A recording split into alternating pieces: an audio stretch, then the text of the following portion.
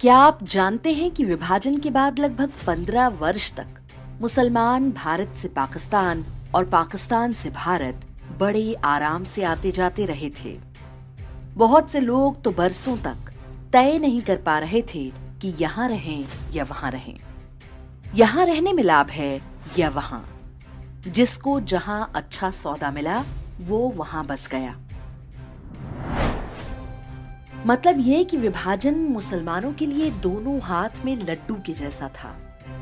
यूनानी दवाएं बनाने वाली हमदर्द भी आधी हिंदुस्तान में रह गई, आधी पाकिस्तान चली गई।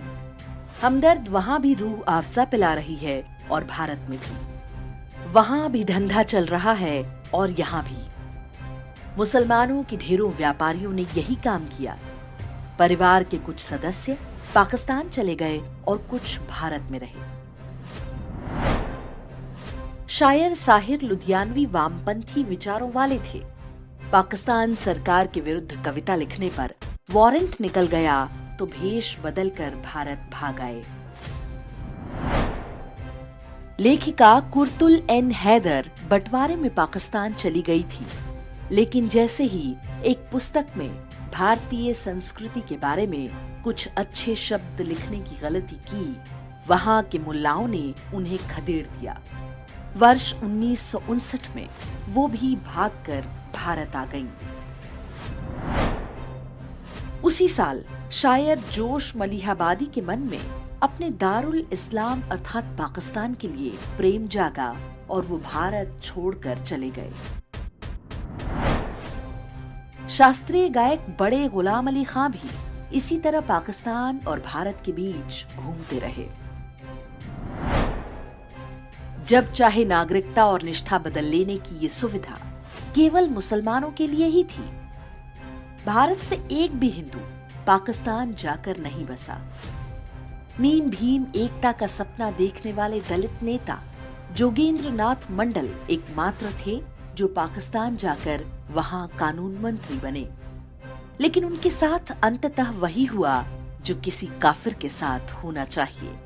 पाकिस्तान से खदेड़ दिए गए और बाद में भारत में कहीं अनाम जीवन व्यतीत करते हुए मर गए। पाकिस्तान एक देश नहीं, इस्लामी मानसिकता का जीता जागता उदाहरण है। ये मौलवियों की वो मनोदशा है जिसके अनुसार मुसलमान हुकूमत करने के लिए पैदा हुआ है। वो जहां भी रहेगा या तो हुकूमत करेगा या हुकूमत पर कब्जा करने के लिए संघर्षरत रहेगा।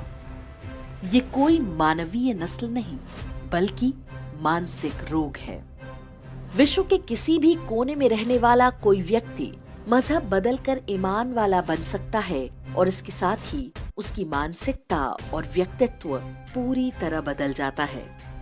वो स्वयं को उन मुस्लिम आक्रमणकारियों के साथ जुड़ा हुआ अनुभव करने लगता है जिन्होंने उसके ही हिंदू पूर्वजों पर अमानवीय अत्याचार किए।